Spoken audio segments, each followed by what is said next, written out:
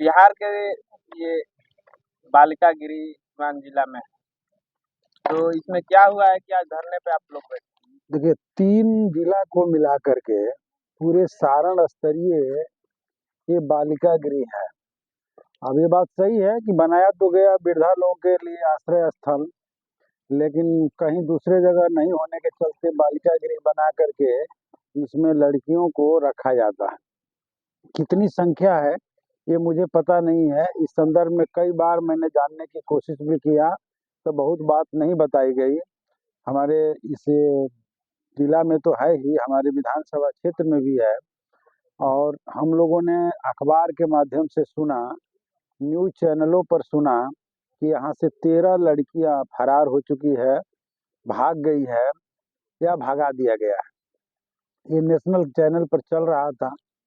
विधानसभा सत्र चल रहा था, कल खत्म हुआ, आज छुट्टी था, बावजूद हम लोग को क्वेश्चन तैयारी के लिए रुकना ही था।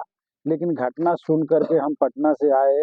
हमारे साथ हमारे पार्टी जिला सचिव हंसनाथ जी और पूर्व विधायक हमारे पार्टी के लोकप्रिय नेता अमरनाथ जी, हमारे जयनाथ जी किसान सभा के नेता, मंजिता कौर महिला संगठन के नेता, हम लोग इस जगह पर पहुंचे और हम लोग चाह रहे थे कि जा करके इस बालिका गृह में जानने की कोशिश करें कि कैसे कैसे कांड हुआ है, कैसे लड़कियां गायब है।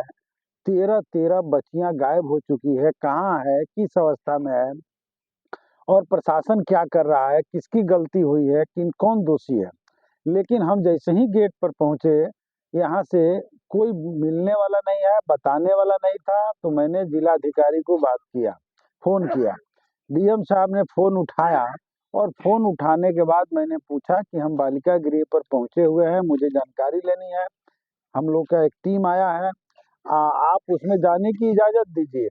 तो उन्होंने कहा कि बहुत ही संवेदनशील एरिया है, उसमें किसी को जाने की इजाज़त नहीं दी जाती है। जबकि यह नियम है कि किसी भी जेलों में, बिहार के किसी भी ऐसे गृहों में कोई भी एमएलए जाता है तो उसको जांच करने की अनुमति डीएम को देना रहता है। अगर आपको लगता है कि हम लोग के कई लोगों के जाने से कुछ गड़बड़ी हो सकती है, तो आप हमको जाने देते या हमारे 3 सदस्यीय प्रतिनिधिमंडल को भी जाने देते। उन्होंने सीधे तौर पर इनकार कर दिया, और फोन भी हम जो लगातार 3-4 बार किए तो उन्होंने फोन भी रिसीव नहीं किया। तो हम देख रहे हैं कि यहाँ 20 फीट ऊंची बाउंड्री है, ऊपर से कटावा तार लगा हुआ है, और इतनी चौकसी बताई जा रही है कि संवेदनशील एरिया है, किसी को घुसने की इजाजत नहीं है। और यहाँ से 13 बच्चियां गायब कैसे हो गई, उसके जिम्मेवार कौन है? और हम देख रहे हैं कि एक लड़की जो उसमें बरामद हुई है, तो वो थाना में रखी गई है। उन्होंने कुछ बताया है कि कैसे कैसे भागा गया, खैर जो हो। लेकिन सबसे बड़ा प्रश्न है कि एक विधायक को जांच करने की अनुमति नहीं दिया जाना, ये लोकतंत्र के खिलाफ है। और मैं मांग करता हूं कि ये जो लड़कियां गायब हुई हैं उनको तत्काल किसी भी सूरत में प्रशासन तत्पर होकर बरामद करे, इस घटना की न्यायिक जांच हो, और दोषी जो अधिकारी हैं, जो कर्मी हैं, उन लोगों पर सख्त से सख्त सजा हो। लेकिन हम जानते हैं उन पर कार्रवाई क्या होगा। जो उसमें चपरासी होंगे, जो कमजोर होंगे, उनको सस्पेंड कर दिया जाएगा। जो बड़े अधिकारी होंगे वो नापाता हो जाएंगे, उनको बचा लिया जाएगा। और यह मामला सिर्फ सीवान का नहीं है। सीवान तो हम लोग का ऐतिहासिक धरती है, ये जीरादेई देशरत्न डॉक्टर राजेंद्र बाबू की धरती है, शहीद उमाकांत सिंह की धरती है, और हम देख रहे हैं मौलाना मजरुल हक की भी धरती है। और इस धरती पर इस तरह के कांड हुआ, और यहाँ का जिला प्रशासन इतना लापरवाह बना हुआ है। पूरे बिहार के भीतर महिलाओं के साथ लगातार रेप की घटनाएं हो रही है, अपराध चरम पर है, दिन दहाड़े हत्याएं हो रही है, लूट हो रहा है, और ये सरकार मस्ती में है। अपराधी बेलगाम है और सरकार मस्ती में है, प्रशासन मस्ती में है। विधानसभा सत्र चल रहा है, जब हम लोग ये सवाल पूछ रहे हैं तो सरकार जवाब दे रही है कि जीरो टॉलरेंस की सरकार है। और एक मंत्री बोल रहे हैं कि अमेरिका में घटनाएं हो जा रही है तो बिहार में हो गई तो कौन बड़ी बात है। इसका मतलब मंत्री जी ये मान रहे हैं कि बिहार में हो रही है, इससे कोई दिक्कत की बात नहीं है।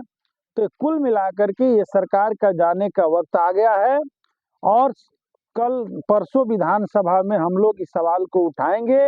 सरकार को जवाब देना पड़ेगा।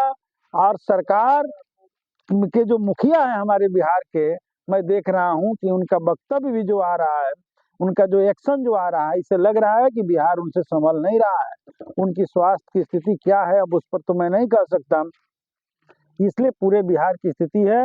आज हम लोग यहाँ जब मिलने नहीं दिया गया तो सब लोग धरना पर बैठे हुए हैं और आगे की प्रक्रिया पर हम लोग बातचीत करके कार्यक्रम तय करेंगे। लेकिन यह तय बात है कि परसों विधानसभा के भीतर यह मामला उठेगा और सरकार को इसका जवाब देना पड़ेगा, लड़कियों को बरामद करानी पड़ेगी और दोषी अधिकारियों को गिरफ्तार, दोषी अधिकारियों पर कार्रवाई करना पड़ेगा। नहीं तो हम लोग सदन को नहीं चलने देंगे। और पार्टी के नेतृत्व में भी अगला कार्यक्रम कल यहाँ सीवान के भीतर मार्च का कार्यक्रम होगा और इस लड़ाई को हम लोग आगे बढ़ाएंगे।